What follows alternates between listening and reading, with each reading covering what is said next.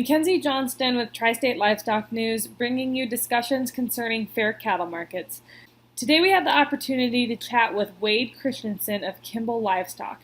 He is co-owner with Chad Heason of the Kimball Livestock Exchange. Wade, to start off with, can you just tell me a little bit about your background and your involvement within the cattle industry?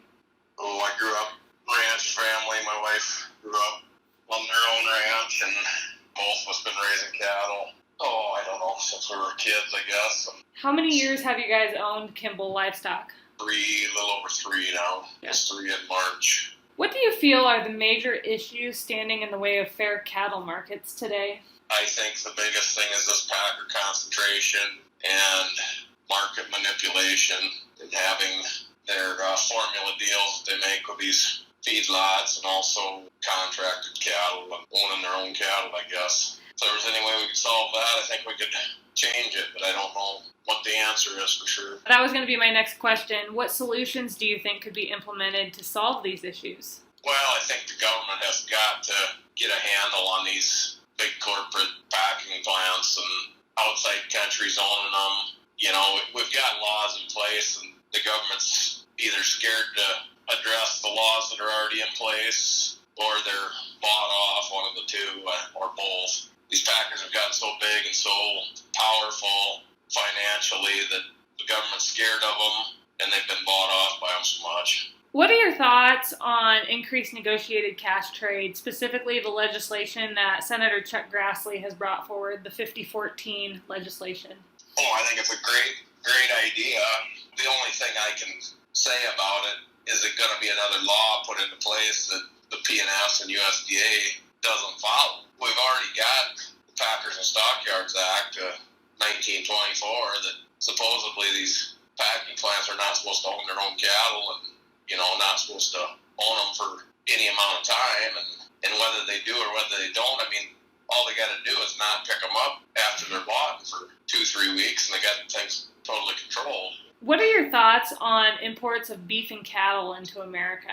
We're in this global marketing system that we're in. It seems like everything's gone this way, and why pork and beef are the only 2 things that are not labeled where they come from, I have no idea.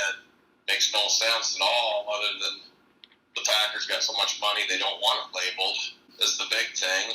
And my other fear is, every time the government gets involved in something, whether it's food safety or federal crop insurance or bailing out car companies or, financial aid with student loans, it seems like every time they get involved in something, we price ourselves so high. What's the solution in the end, Right. Look at what cars cost now compared to what they did 20 years ago. Look what secondary education costs now compared to what it did 20 years ago. Look what crop insurance costs now. Look what the seed corn costs, the chemical, the machinery. The cattle market isn't so bad, but the only reason it's so bad is because everything we buy is so priced so high. Right. So do you think there is a chance that we could price ourselves out of a product considering these high prices that consumers are facing? I worry we already have. We've pawned all our workload off to China, Mexico, Brazil, Argentina, Australia, and them countries can grow it so much cheaper than we can. And every time our dollar's too strong, it hurts the ag economy. So what do you see happening to the American cattle producer if some kind of changes aren't implemented to straighten out our cattle markets? Well, I think the agriculture's the final nail in the coffin. If we sell this off to the rest of the other countries, I think we've totally given up in security altogether. This bioterrorism thing has gotten to be a big thing. Look what scenario we're in right now.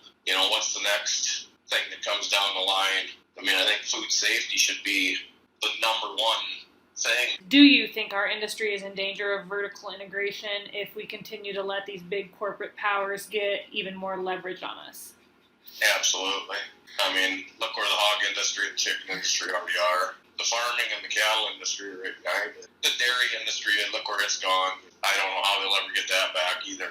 So cattle producers have been facing some tough times here for a few years. It just didn't start 2 months ago, as you know. How have you seen these tough economic times within the cattle industry affecting your rural area?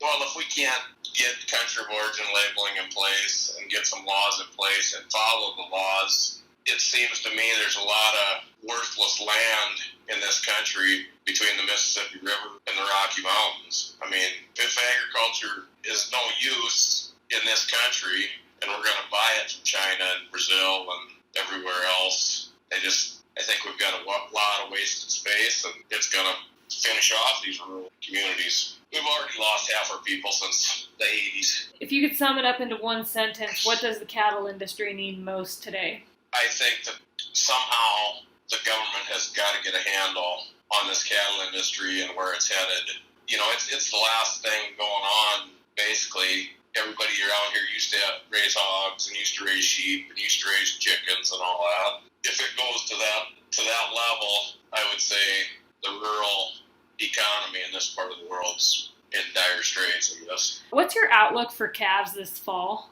Well, I hope that we can sell them as high as we've been selling them or higher.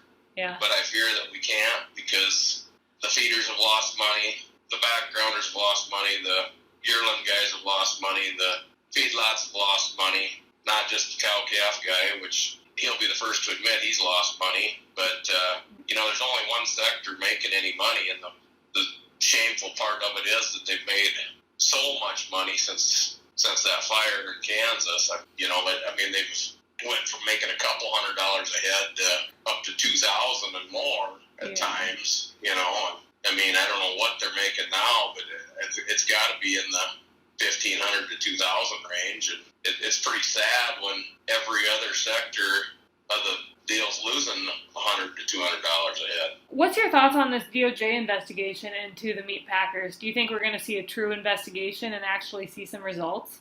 I'm not sure why we need an investigation to see what's going on. That fire in Kansas had nothing to do with what was going on.